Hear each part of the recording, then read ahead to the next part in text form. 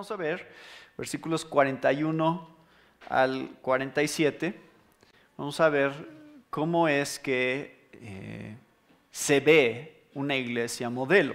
Es la primera iglesia oficialmente, que dice el versículo 41, así que los que recibieron su palabra fueron bautizados y se añadieron aquel día como 3,000 personas.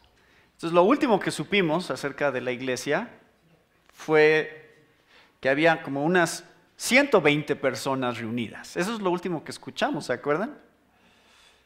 Y pasan de un día para otro, de 120 a 3,120. Entonces imagínense, logísticamente hablando, la organización, la manera de lidiar con tantas personas de un momento a otro, pues que están acostumbrados a estar en este grupo pequeño. Es, creo que parecido al grupo que estamos aquí, el grupo original. Imagínense que el próximo domingo fuéramos 3,000 personas más de las que somos hoy. Pero es un buen problema para tener, ¿no? No es, o sea, es el tipo de problemas que muestran que el Señor claramente está haciendo una obra en las personas. Y van a ver en un momento cómo es que la primera iglesia se veía 3,000 personas haciendo el mismo tipo de cosas. No eran conversiones como de momento nada más, de la emoción nada más. Hay algo, una palabra clave aquí que vamos a ver en un momento, que es perseveraban, la cual nos muestra que había un fruto continuo en las vidas de estas personas. Pero quiero que junto conmigo pensemos, ese es el reto de hoy. Nosotros como iglesia hoy, aquí estamos, y estamos viendo esta iglesia y queremos ser como esta iglesia.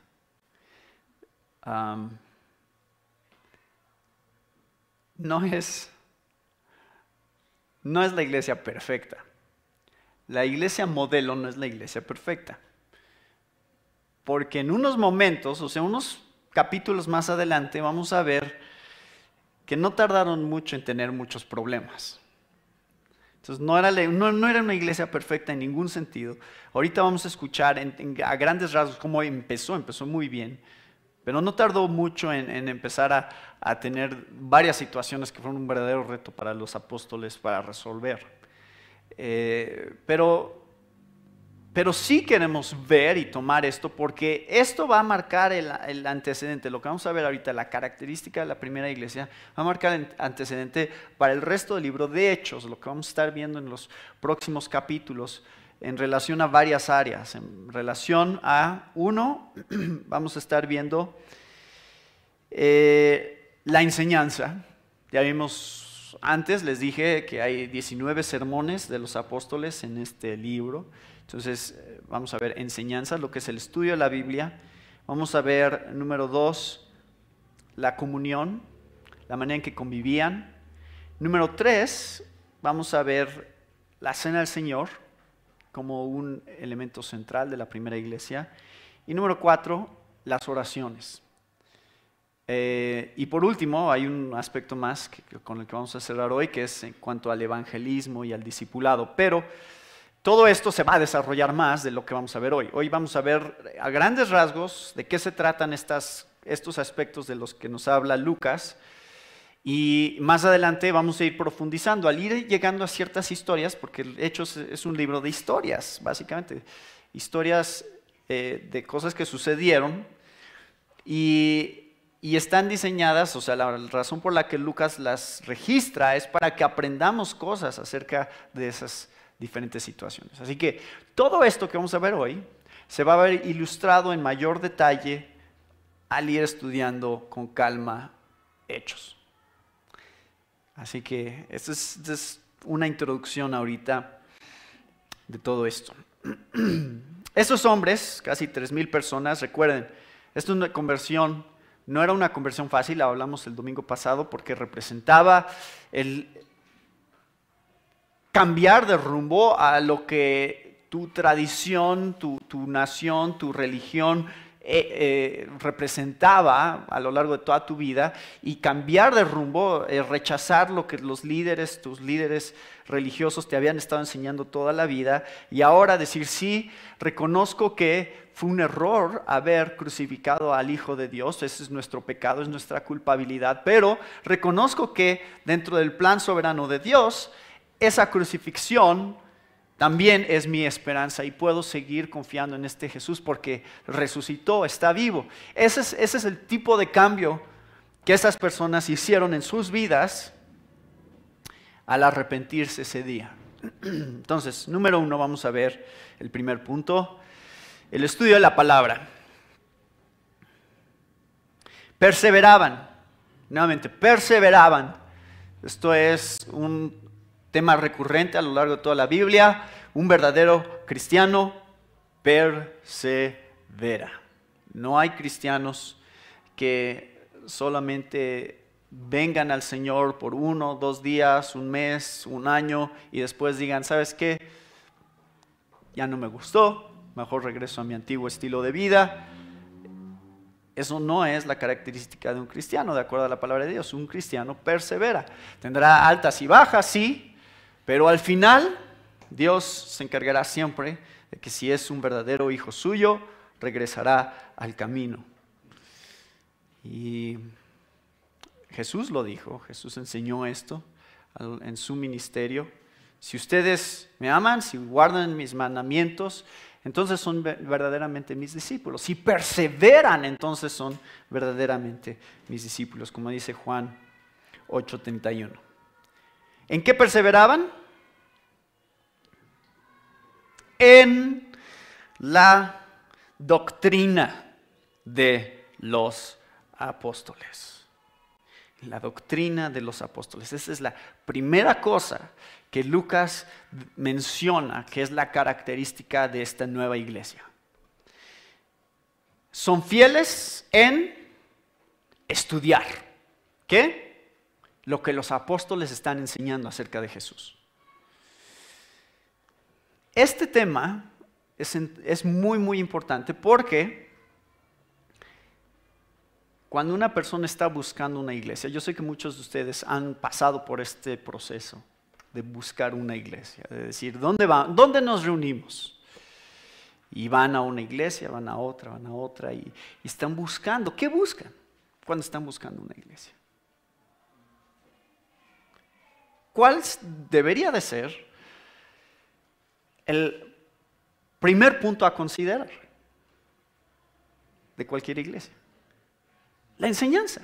Ese es el primer punto que tendrían que considerar. Esto es la primera característica de la primera iglesia. Perseveraban en la doctrina de los apóstoles. La primera pregunta que ustedes tendrían que hacerse buscando una iglesia es, ¿perseveran en la doctrina de los apóstoles? O sea, ya no tenemos a los apóstoles aquí entre nosotros, diga lo que diga otras iglesias, o inclusive la iglesia católica. Ya no tenemos a los apóstoles, pero tenemos la doctrina de los apóstoles. Podemos perseverar en exactamente la misma doctrina en la cual perseveraban en ese tiempo, podemos hacerlo hoy a través de lo que ha sido revelado en la Biblia. Y en las iglesias hay mucha... a veces, cuando alguien está buscando una iglesia, muchas veces lo primero que está buscando es una experiencia. ¿Qué experimento yo ahí? ¿Qué siento yo ahí? Y no creo que ese debería ser el primer punto a considerar. Me acuerdo una vez alguien me preguntaba eso. Me decía, ¿y ustedes tienen la llenura del Espíritu Santo? Le dije, sí. Pero no era la llenura a la que ella se refería. Cuando vino a la iglesia y la conoció, se dio cuenta que no era lo que ella tenía en mente cuando le dije que sí teníamos la llenura del Espíritu. Entonces creo que hay muchas personas que empiezan desde otro ángulo cuando ven una iglesia desde afuera. El ángulo bíblico, el ángulo correcto con respecto a una iglesia saludable es, número uno, que enseñan. Y si ustedes ven en nuestra iglesia, no tenemos una enseñanza perfecta. Y yo me equivoco en cosas que digo y muchos que se han parado aquí al frente se han equivocado en cosas que dicen. Pero al final no somos nosotros, es la palabra. Tenemos una fuente y una autoridad objetiva, la cual ustedes pueden usar para evaluar todo lo que se dice. Y la razón por la que estudiamos expositivamente así la Biblia, verso por verso, es porque esa es la mejor manera de asegurarnos de que realmente lo que estamos estudiando es lo que está aquí. Porque no nada más estamos estudiando algún pasaje de la Biblia, estamos estudiando un pasaje de la Biblia en su contexto. Ya llevamos casi 2 meses estudiando Hechos y todavía no hemos terminado el capítulo 2. Pero espero que ustedes tengan algo de contexto aquí. Es decir, si este es el primer domingo que vienes, no lo tienes. Pero si la mayoría de ustedes han estado aquí por varios domingos, ya tienen el contexto, ya saben de dónde viene todo esto. Entonces es mucho más fácil evaluar para ustedes y para mí si lo que estamos estudiando realmente es la doctrina de los apóstoles. Y creo que este pasaje, para todos los que hemos tenido la responsabilidad de enseñar en la iglesia, representa una gran responsabilidad, porque la enseñanza es un asunto serio. La enseñanza, la predicación es algo serio que se tiene que tomar muy, muy en serio como iglesia en cuanto a la prioridad que tiene. Decimos, a ver, ¿cómo determinamos, cómo decidimos? Porque, miren, hay muchas áreas que podríamos decir con respecto a la iglesia. Esto es algo que leí de un amigo mío donde en su iglesia hizo un experimento. Y decían, a ver, ¿quiénes creen que la oración es lo más importante? Entonces, pues unos levantaban la mano. No, la oración es lo más importante. ¿Quiénes creen que la alabanza es lo más importante? Bueno, yo creo que la alabanza es lo más importante. ¿Quiénes creen que la enseñanza es lo más importante? Y ahí estaba el grupo de enseñanza. ¿Y quiénes creen que el evangelismo es lo más importante? Y otro grupo. Creo que habían como 4 o 5 categorías de qué pensaban que era lo más importante para la iglesia. Pero ¿saben qué es lo chistoso que pasó al final? ¿Cómo argumentaba cualquiera de esos grupos que su actividad era la más importante para la iglesia? Con la Biblia. Entonces, si no tienes enseñanza, si no tienes la Biblia, no tienes ninguna autoridad para argumentar nada de esas cosas. O sea, si tú vas a decir, es que la oración es importante, ¿cómo sabes que es importante? Porque dice la Biblia. Entonces, estás apelando a la enseñanza. Si dices, la cena del Señor es lo más importante, ¿cómo sabes? Porque en la Biblia dice, estás apelando a la enseñanza de la Biblia. Entonces, por eso es que la enseñanza está sobre de todos los aspectos de la iglesia, porque eso rige todo lo que hacemos en la iglesia. ¿Entienden? Cualquier cosa que se les ocurra tendría que estar sujeto a lo que está aquí revelado. Y hemos estado estudiando esto en el seminario, en la clase de bibliología. Toda esa clase que terminamos ayer, terminamos ayer, tenemos hace 8 días con el examen. Y el tema en realidad era que entendieran por qué es importante la Biblia y por qué tenemos que entender que la Biblia no solamente es inerrante, no solamente es clara, también es suficiente. Y empezar a entender todos estos aspectos de la Biblia es crucial como iglesia y lo manifestamos en la prioridad que le damos a la predicación de la palabra de Dios. Entonces, esto creo que es lo que vamos a ver más adelante. Miren, este pasaje lo vamos a estudiar con calma, pero en Hechos 6, versículo 2, hay una situación que surge en donde hay hay un problemita ahí de cómo se distribuyen la comida y todo eso. Ya vamos a llegar a ese tema. Pero vean por qué asignan a 7 diáconos básicamente en esta iglesia. Dice el versículo 2. Entonces los 12 apóstoles convocaron a la multitud de los discípulos y dijeron: no es justo que nosotros dejemos la palabra de Dios para servir las mesas. Y por eso buscan a otras personas para ayudar. ¿Por qué? Porque no podían descuidar la enseñanza de la palabra de Dios. Aquellos que estaban encargados de la enseñanza no se podían descuidar de esa área, porque si se descuidaban de esa iglesia, de esa área, ya no queda iglesia. Si ya no enseña la iglesia, ya no es iglesia. Aunque les guste convivir y aunque les guste estar juntos, que vamos a ver en un momento, que eso es parte. Pero si no hay enseñanza, ¿qué creemos? ¿Qué nos une? ¿En qué estamos creciendo? O sea, hay muchas cosas que la iglesia está diseñada para hacer en tu vida y en mi vida, que solamente se van a dar a través de la predicación. Esa es la única parte de lo que hacemos como iglesia que va a traer el conocimiento de revelación especial dada por Dios. Revelación especial, revelación natural. Algunos de ustedes saben a qué me estoy refiriendo. Entonces, 1 Timoteo 4:11, Pablo coloca esta prioridad. Ahí, obviamente pueden leer todo. 1 Timoteo, 2 Timoteo, van a ver el énfasis en la doctrina, en la sana doctrina, en la enseñanza, pero este es un resumen de todo eso. Dice: esto manda y enseña, no permitas que nadie menosprecie tu juventud, antes sé ejemplo de los creyentes en palabra, conducta, amor, fe y pureza. Entre tanto que llegó, ocúpate en la lectura de las Escrituras, la exhortación y la enseñanza. No descuides el don espiritual que está en ti, que te fue conferido por medio de la profecía con la imposición de manos del presbiterio. Reflexiona sobre estas cosas, dedícate a ellas para que tu aprovechamiento sea evidente a todos. Ten cuidado de ti mismo y de la enseñanza. Persevera en estas cosas, porque haciéndolo asegurarás la salvación, tanto para ti mismo como para los que te escuchan. ¿Cómo podemos asegurar la salvación de esta iglesia? Predicando la palabra. Ya vimos, esto es una obra de Dios, lo vamos a ver otra vez en este pasaje, pero es a través de la predicación de la palabra que Dios hace esta obra.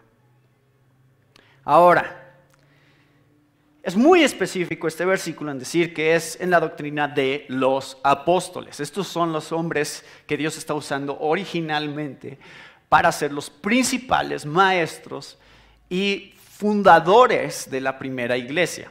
Es decir, lo que ellos dicen, el testimonio que ellos dan, es de donde surge la base de nuestro Nuevo Testamento. El canon del Nuevo Testamento tiene que ver con el reconocimiento de la autoridad apostólica. O sea, los apóstoles dijeron estas cosas, o por lo menos personas que estaban asociadas con los apóstoles, personas que estaban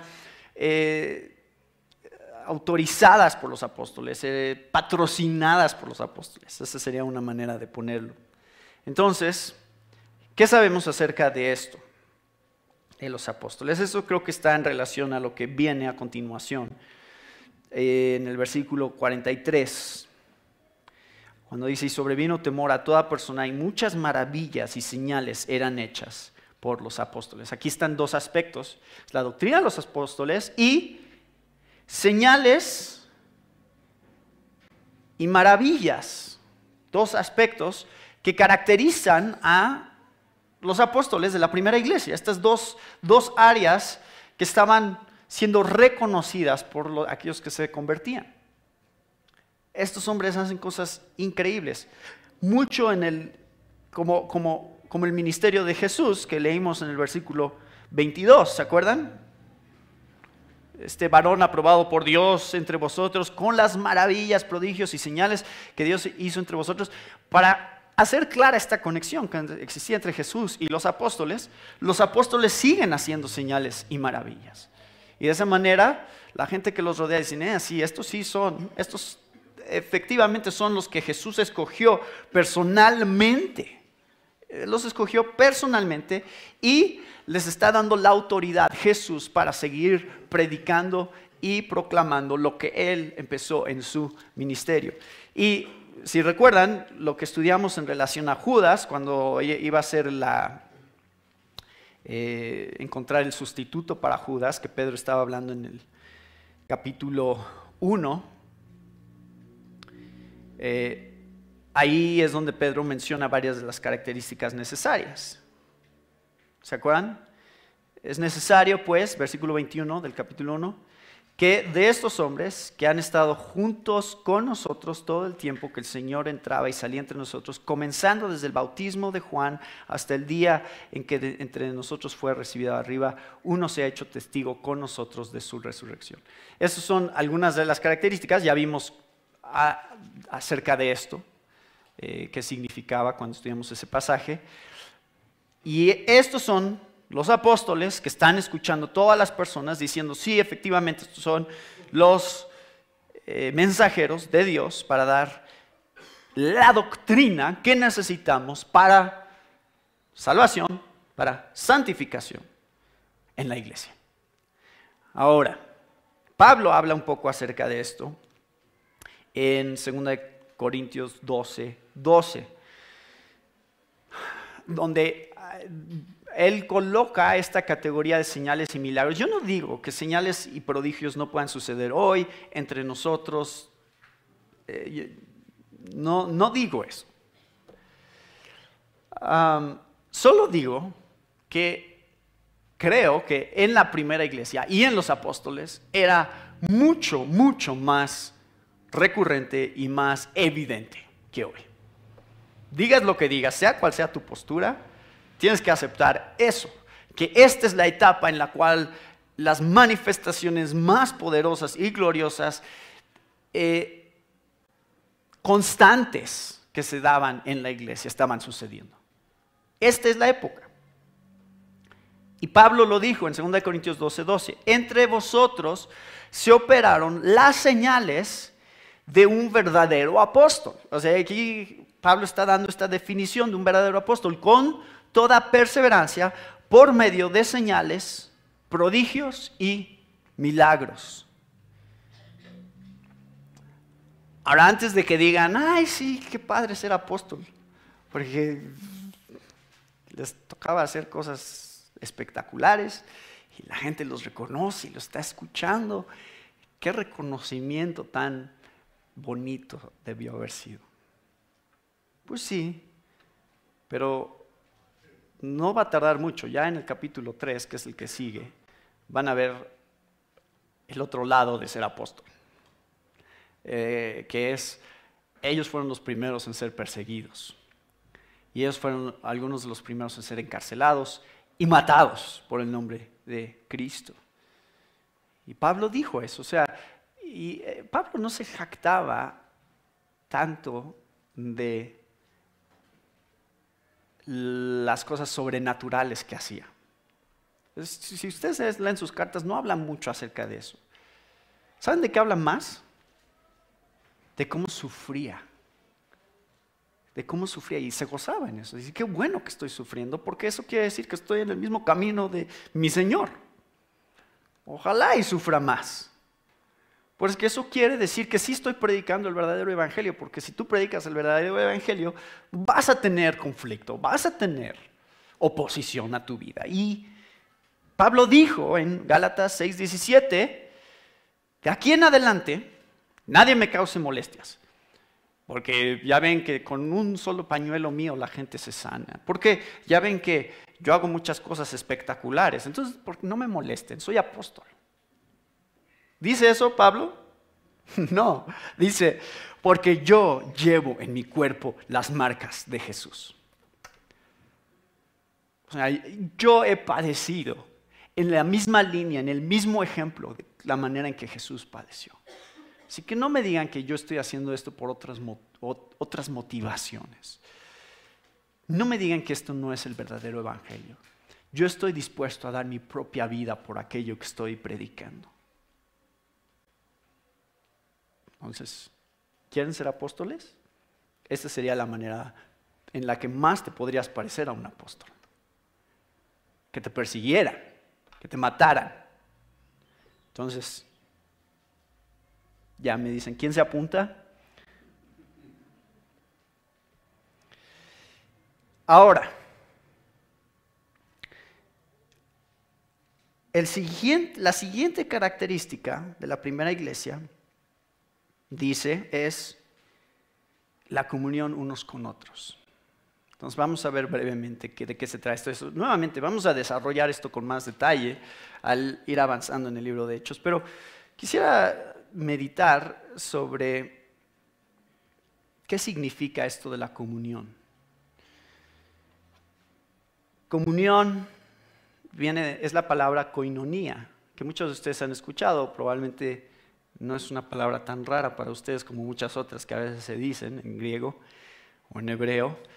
Koinonía significa comunión, que tiene la idea de tener cosas en común.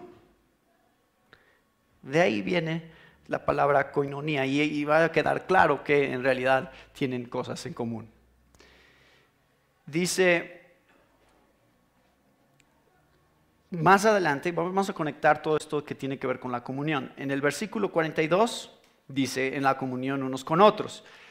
Ahí Lucas desarrolla esto con más detalle en el versículo 44. Todos los que habían creído estaban juntos y tenían en común todas las cosas.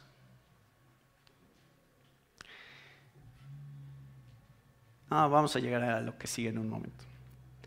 Pero quiero que sientan la fuerza de lo que está diciendo este pasaje.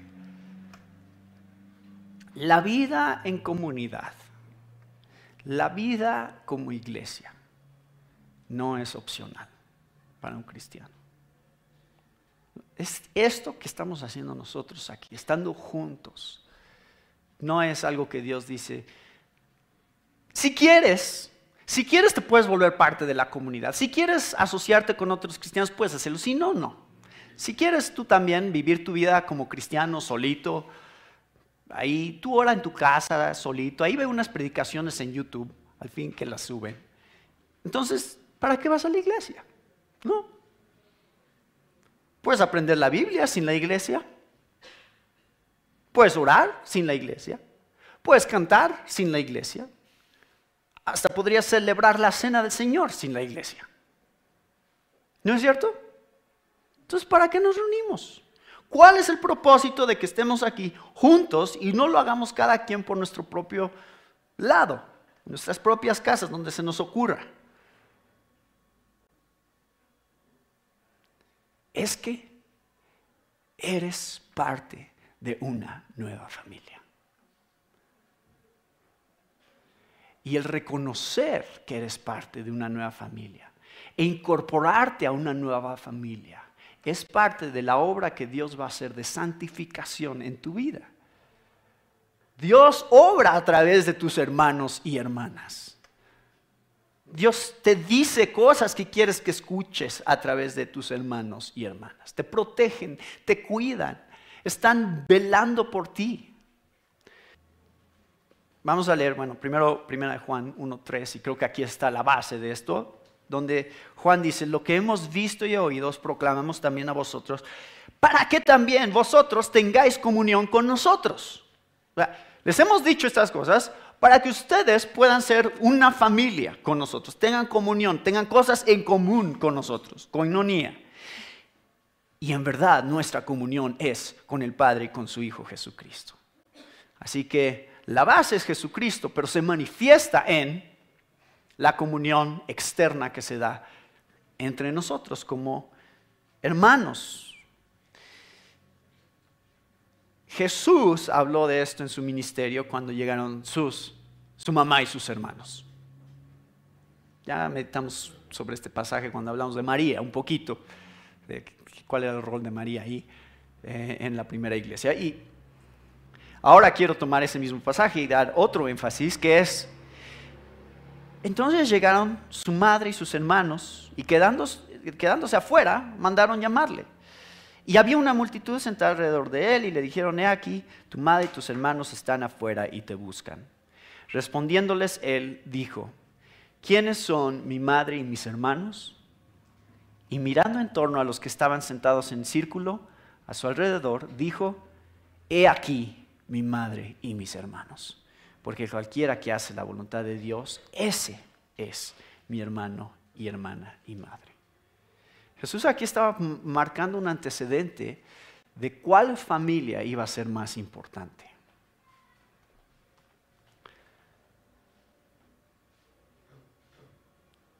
A lo mejor no les gusta la idea a algunos de ustedes, pero esta es tu familia más cercana.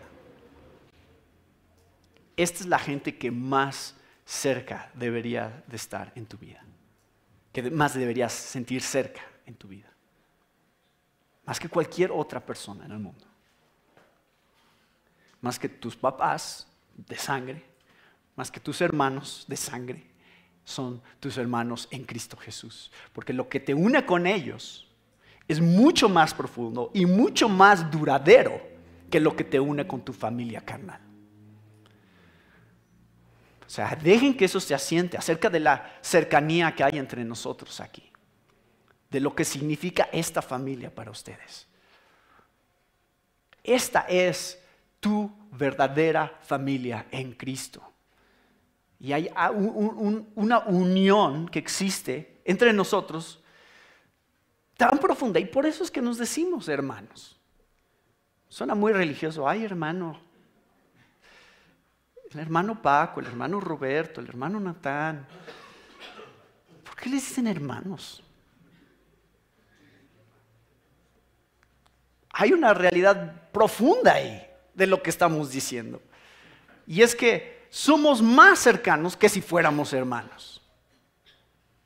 Yo quiero mucho a mis hermanas, pero mucho más importante que la relación sanguínea que tengo con ellas es la relación a través de Cristo Jesús que tengo con ellas.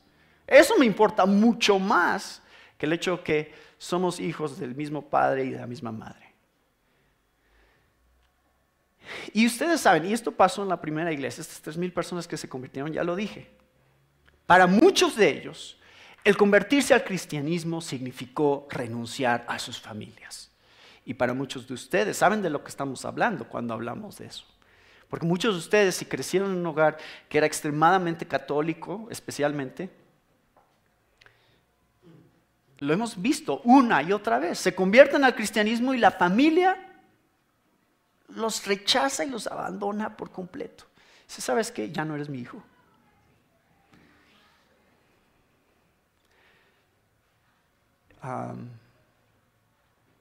Estaba editando el otro día, les voy a contar un poquito de esto porque creo que es relevante. Estábamos haciendo un pequeño documental acerca de la vida de María del Sol y de su ministerio, y ya se me había olvidado algunas de las cosas que estaban, pero estaba editando algo del video el otro día, y es la entrevista con su hermana y su hermano, y ellos no son cristianos, tampoco su mamá, ella es la única, y les hacían la pregunta en la entrevista: ¿qué piensas acerca de su vida ahora como cristiana? Y la hermana se molestó muchísimo, en la entrevista se enoja y dice: no me gustó. Estoy muy molesta con ella. Dice: porque ella cambió a su familia real, su familia sanguínea, por su familia espiritual. Hizo este cambio y no me gustó. Ojalá y fuera la otra, la de antes. Eso es lo que dijo su hermana. En realidad, así es. O sea, no nos debería de sorprender que ese tipo de cosas pasen, en donde la familia se sienta traicionada. Pero Jesús hizo una promesa. Marcos 10:29. En verdad os digo, no hay nadie que haya dejado casa, o hermanos, o hermanas, o madre, o padre, o hijos, o tierras, por causa de mí y por causa del Evangelio, que no reciba 100 veces más ahora en este tiempo, casas y hermanos y hermanas y madres e hijos y tierras, junto con persecuciones, y en el siglo venidero, la vida eterna.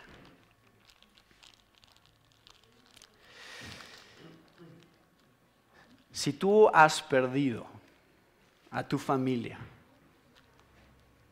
en la sangre por causa de Cristo, Jesús te está prometiendo que tienes una nueva familia, 100 veces más grande que la familia que tenías antes. Y aquí estamos. Esta es tu familia.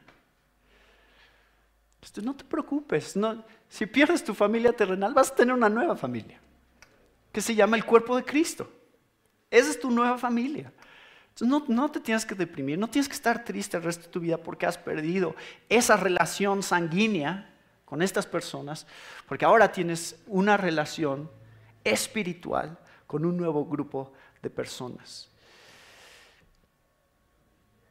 Algo más poderoso que la sangre, algo más poderoso simplemente que nuestros hobbies y nuestros gustos son los que nos unen.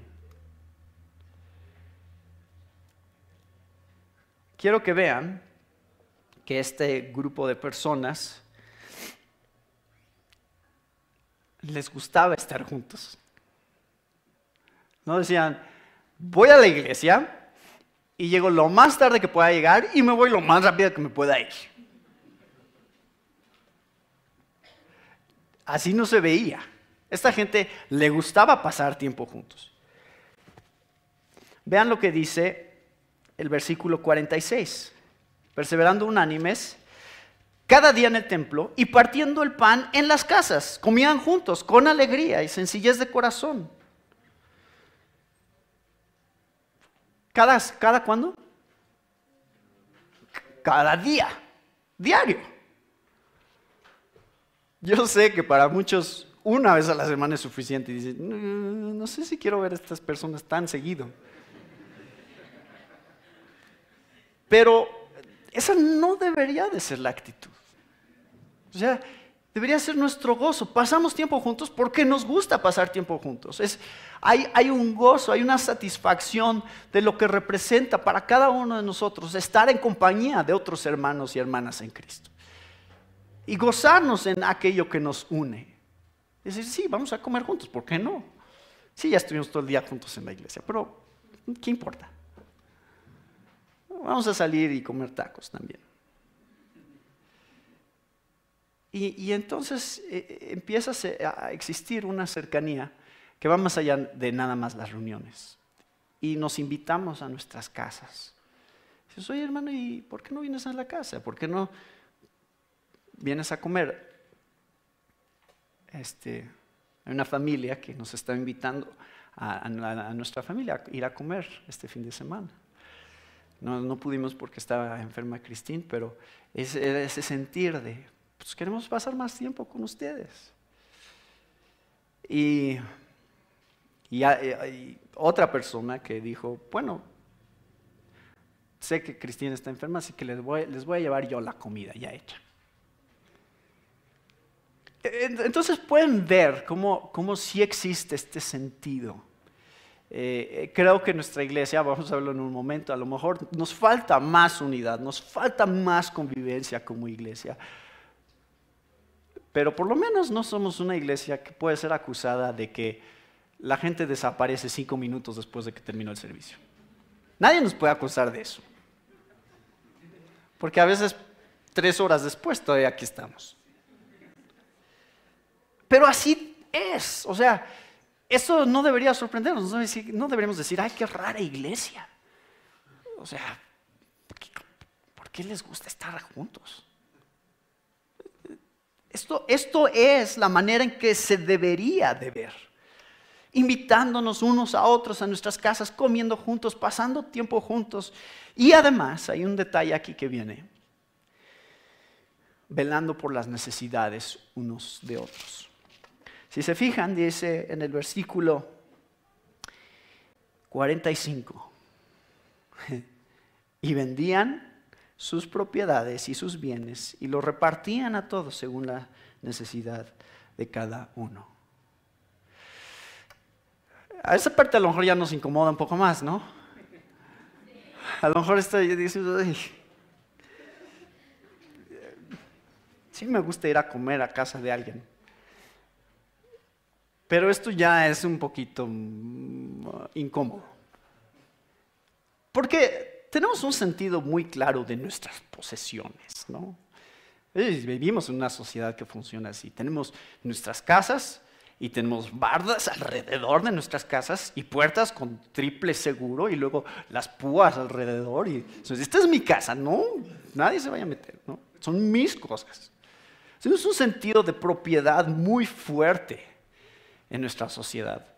Como que esto es lo mío, no se metan con lo mío. Este es mi dinero, estas son mis cosas. Esto no es una comunidad comunista, lo que estamos leyendo aquí. Porque en una sociedad comunista, el compartir todas las cosas, el hacer que todas las cosas sean en común, es impuesto por alguien más. O sea, a ver, nadie va a tener cosas que le pertenezcan, que todos se van a compartir todo. Entonces, te guste o no la idea, vas a tener que entrarle. El socialismo también funciona de una manera similar, en la que dicen, a ver, tú tienes demasiado, entonces vamos a quitarte un poco a ti y lo vamos a pasar para acá, pero no es voluntario. En esos sistemas es impuesto. Aquí todo era completamente voluntario, todo salía de un sentido de unidad, todo salía de un sentido de que esta es mi familia y la familia cuida de la familia. Entonces, si yo veo a alguien que está en necesidad, voy a hacer lo que sea necesario para ayudarle, porque es como si fuera mi hijo o mi hija o mi esposa, mi hermana, mi hermano. ¿Entienden este sentido que vemos aquí, que existe? Este sentido de... Jesús habló de esto. Este creo que es lo que está detrás.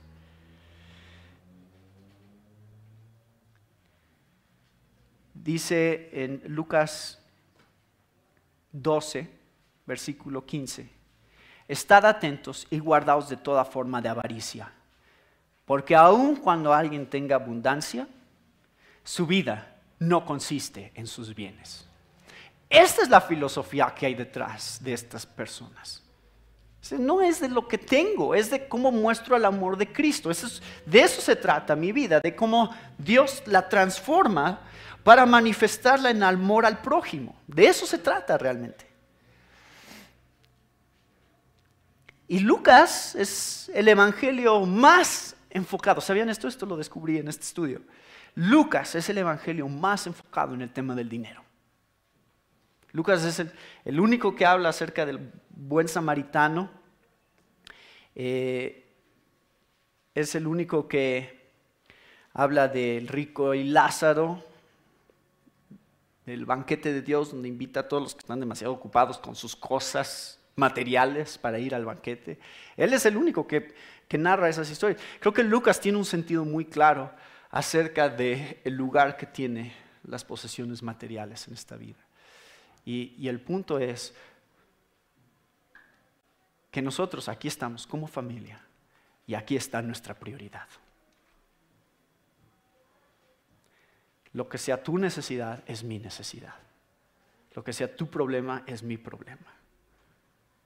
Porque tú y yo estamos más cerca que lo que estoy con alguien de mi sangre. Y la Biblia nos exhorta a cuidar especialmente a los de la familia, de la fe. Especialmente. Ustedes son mi prioridad. No hay nadie más importante en el mundo que ustedes. Eso debería de ser mi actitud. Eso es lo que debería de estarles mostrando día a día. Ahora, ¿cómo aplicamos esto? O sea, la práctica, eso es lo difícil, ¿no? O sea, nos consumimos, nos distraemos con tantas cosas que están pasando en nuestras vidas. Entonces se nos olvida que tenemos una familia. A ver, estaba mencionando a Roberto ahorita. Chuchín estuvo en el hospital, está en una situación difícil en su salud y hemos orado por él. Pero, ¿por qué no vamos a pensar como iglesia? ¿Qué más podemos hacer por él para hacerlo sentir parte de una familia? O sea, no nada más sus hijos y su esposa que se deben de preocupar por él, es su familia de fe la que se debe preocupar por él. ¿Qué estamos haciendo para hacer que él se sienta parte de esta familia en este momento de necesidad? Como iglesia. Bueno, nada más lo dejo así. Y ese es el tipo de cosas que creo que yo al estar estudiando esto dije, bueno, Señor, a ver, ayúdanos a aplicar esto. Ayúdanos no nada más a ver que esto sucedió en este momento de la historia, sino que sea una realidad para nosotros. Creo que esta primera iglesia vamos a ver más adelante lo que Pablo dice en uno de sus mensajes. En todo os mostré que así trabajando debéis ayudar a los débiles. Hechos 20:35. Y recordar las palabras del Señor Jesús que dijo, más bienaventurado es dar que recibir. Pues hay que mostrarlo. O sea, vean, esa es la actitud, no es... El problema de pasajes como este es que a veces la gente llega con esta actitud, como diciendo, yo necesito, a ver, ¿quién me va a ayudar? Entonces ya llegan con esa actitud, no de dar, sino de recibir, lo cual genera un problema, porque el asunto aquí es que todos estaban dispuestos a dar. Ese era el asunto. No hay una categoría de gente de los que reciben nada más en la iglesia y los que dan nada más en la iglesia. No, todos dan. O sea, Dios le da más bienes y más propiedades, más dinero a algunos y tienen mayor capacidad de dar que otros, pero no son los únicos que están dando. No podemos como iglesia pensar, ay, sí, los ricos, que ellos den, ¿no? Esos, esos son los ricos de la iglesia. Que cumplan, ¿no? Con responder ante la bendición de Dios en sus vidas. Por algo Dios les ha dado tanto. Y yo, mira, pobrecito, yo sí necesito. Entonces, el sentir como iglesia debería de ser, a ver, todos estamos aquí para dar, en la medida de nuestras posibilidades, todos tenemos la responsabilidad dada por Dios de ser dadivosos, generosos. Es la palabra relacionada con koinonía, koinónicos, que quiere decir generoso. Son buenas palabras que aprender, ¿no? ¿Y cómo se relacionan? Comunión y generosidad son dos palabras que van juntas en la Biblia. Bueno, siguiente punto. La Santa Cena, no voy a pasar mucho tiempo hablando acerca de esto, pero ahí inclusive hay debate acerca de esto. Y perseveran en la doctrina de los apóstoles, en la comunión unos con otros, en el partimiento del pan. El partimiento del pan creo que es una referencia a la cena. Señor, hay debate sobre eso. Algunos dicen, no, nada más significa que comían juntos. Pero creo que hay varios pasajes que nos muestran que probablemente es una referencia a la cena del Señor. Por ejemplo, Hechos 20:7, en donde se hace referencia al primer día de la semana, cuando se reunían, o sea, es la reunión formal de la iglesia, ese partimiento del pan. Y por supuesto Lucas 24, ¿se acuerdan cuando estaba Jesús con los discípulos en el camino de Emaús? ¿Cuándo lo reconocieron? Cuando partió el pan, ¿no? Ese momento fue simbólico para ellos y ese fue el momento que Dios usó para abrirles los ojos y darse cuenta que era Jesús el que estaba ahí entre ellos. Y 1 Corintios 11 es la instrucción específica acerca de cómo esto debe de formar un tener un lugar central dentro de la iglesia. Yo recibí del Señor lo mismo que os he enseñado, que el Señor Jesús, la noche en que fue entregado, tomó pan y después de dar gracias lo partió y dijo: esto es mi cuerpo que es para vosotros, haced esto en memoria de mí. De la misma manera tomó también la copa después de haber cenado, diciendo: esta copa es el nuevo pacto en mi sangre, haced esto cuantas veces la bebáis en memoria de mí, porque todas las veces que comáis este pan y bebáis esta copa, la muerte del Señor proclamáis hasta que Él venga. Así que hay un sentido aquí de centralidad acerca de la cena del Señor, creo, en la primera iglesia. Y es chistoso, no sé cómo se vería exactamente. Parece. Hay un sentido formal y un sentido informal. El sentido formal está en que van todos los días al templo. Entonces parece que siguen participando de alguna manera, por lo menos en los rituales de oración, vamos a ver eso en un momento, del templo. Y por otro lado están en sus casas reuniéndose para hacer ciertas cosas. Pero hay una conexión, creo, si ven el versículo 46, como que comen y celebran la cena a veces, como que las dos cosas a lo mejor las hacían juntas a veces. Decían: pues vamos a comer, vamos a cenar juntos y luego recordamos lo que Jesús hizo por nosotros. Entonces no sé exactamente cómo se veía, pero el punto es que estaban constantemente celebrando la Santa Cena y recordando la muerte y la resurrección de Jesús. Número 4 creo es, sí, ¿no? Oración. No voy a hablar tampoco mucho acerca de esto, los miércoles estamos estudiando este tema, pero era una característica de la primera iglesia. Dice, en las oraciones, nuevamente creo que había un aspecto formal y uno informal, en sus casas se reunían, oraban, también habían ciertas horas, como vamos a ver el próximo domingo, en Hechos 3:1, Pedro y Juan subían juntos al templo a la hora novena, la de la oración. O sea, habían horas programadas para orar y hacer ciertas oraciones, y los discípulos y los apóstoles seguían haciendo esas reuniones formales, programadas en el templo de ir y orar. Pero lo que quiero que piensen nada más es que la oración es lo que John Piper llama preparación para la batalla o las armas que necesitamos para la batalla. Esa es la manera en que Dios actúa en su iglesia, es a través de la oración. Estamos en una pelea, en una batalla, lo vamos a ver en el libro de Hechos. Se va a desatar un montón de cosas que nosotros nunca hemos experimentado, como que nos metan a la cárcel o que maten a alguien de nosotros por ser cristianos. Ese tipo de cosas no las hemos vivido. Pero nos damos cuenta por qué necesitaban estar perseverando tanto en la oración, porque ellos tenían que aprender a depender de Dios.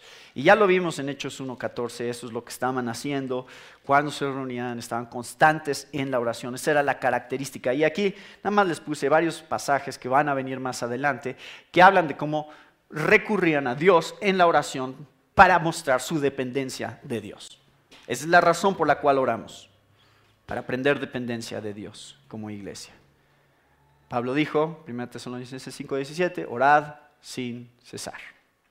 Bueno, no, nada más lo menciono este punto. Por último,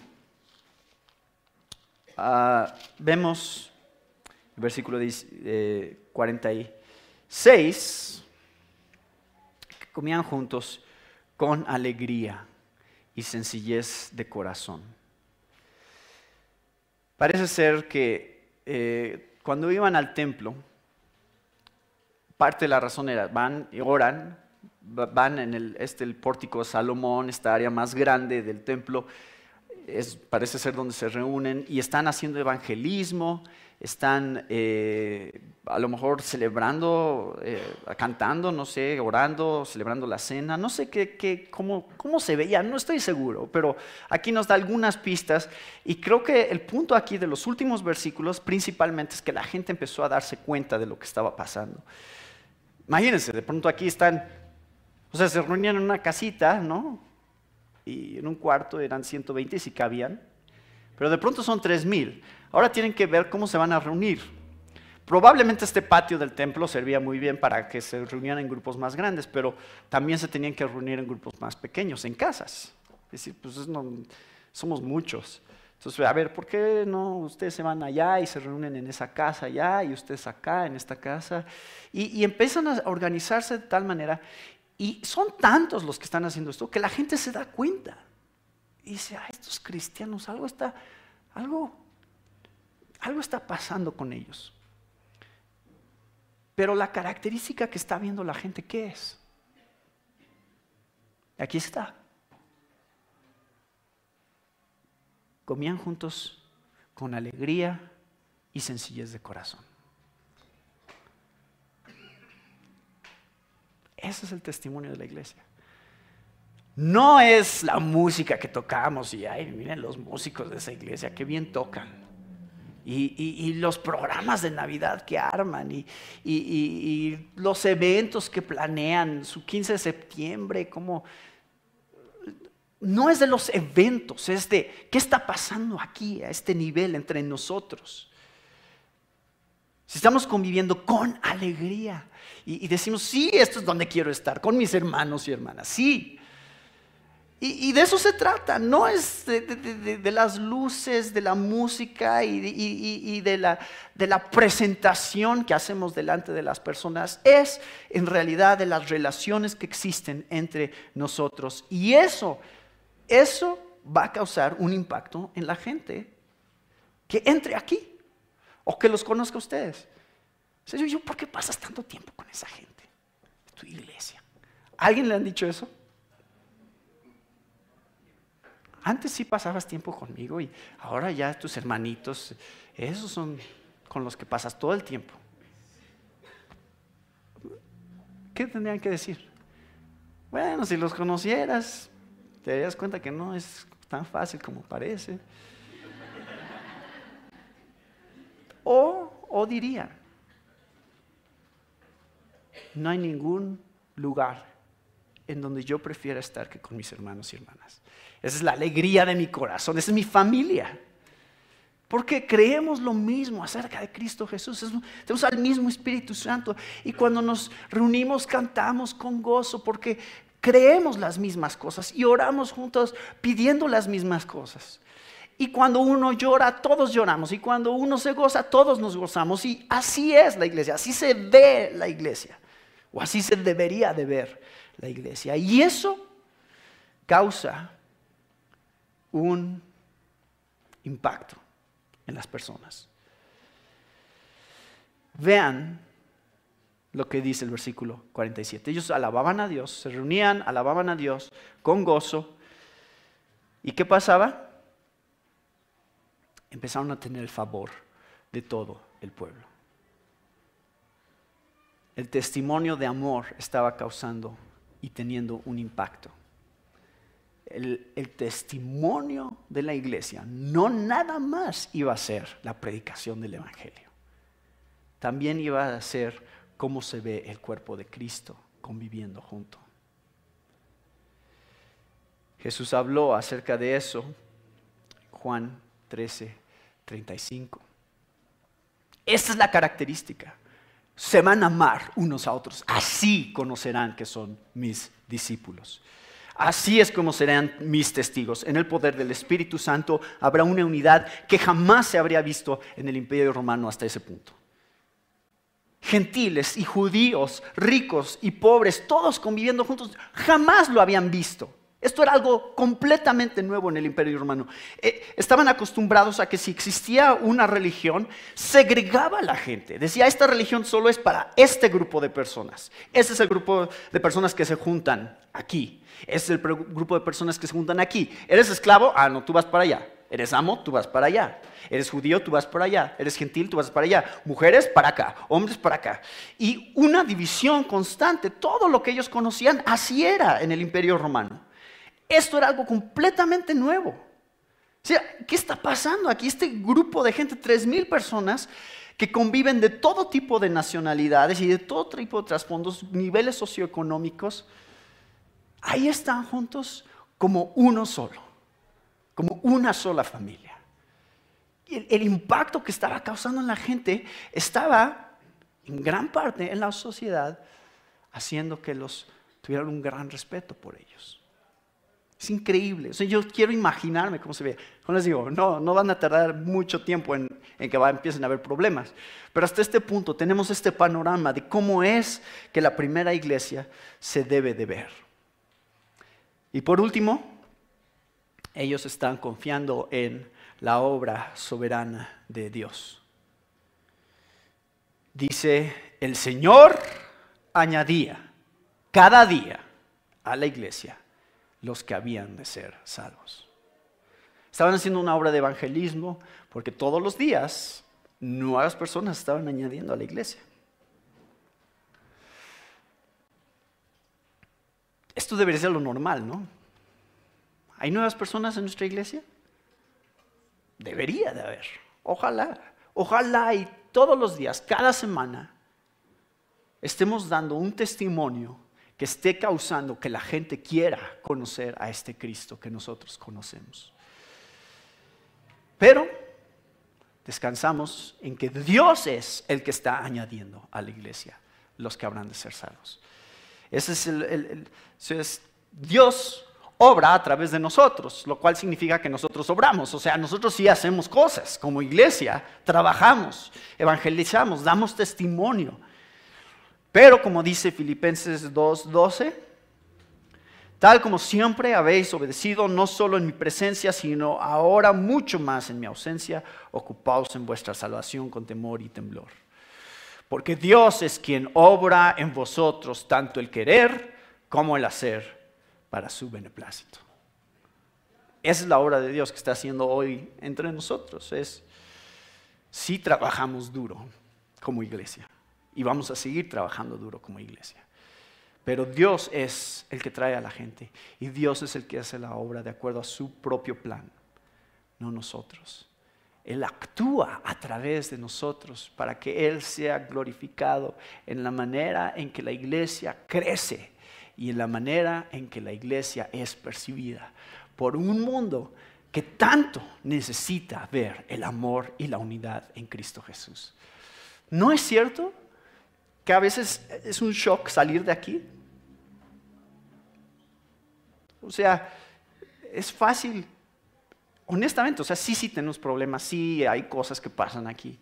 Pero cuando yo salgo y empiezo a convivir en el mundo secular y veo cómo se atacan unos a otros y cómo existe un ambiente no de unidad, sino de celo y de orgullo, o sea, sientes el cambio.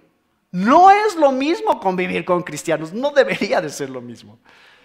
Espero que ustedes tengan esa misma percepción. De decir, es que cuando estoy en la iglesia eso es una cosa y cuando estoy en mi trabajo eso es otra cosa, porque el ambiente es completamente diferente. No hay comparación entre lo que significa estar con mis hermanos y hermanas en Cristo y lo que significa estar con gente que no conoce a Cristo. Hay un mundo de diferencia.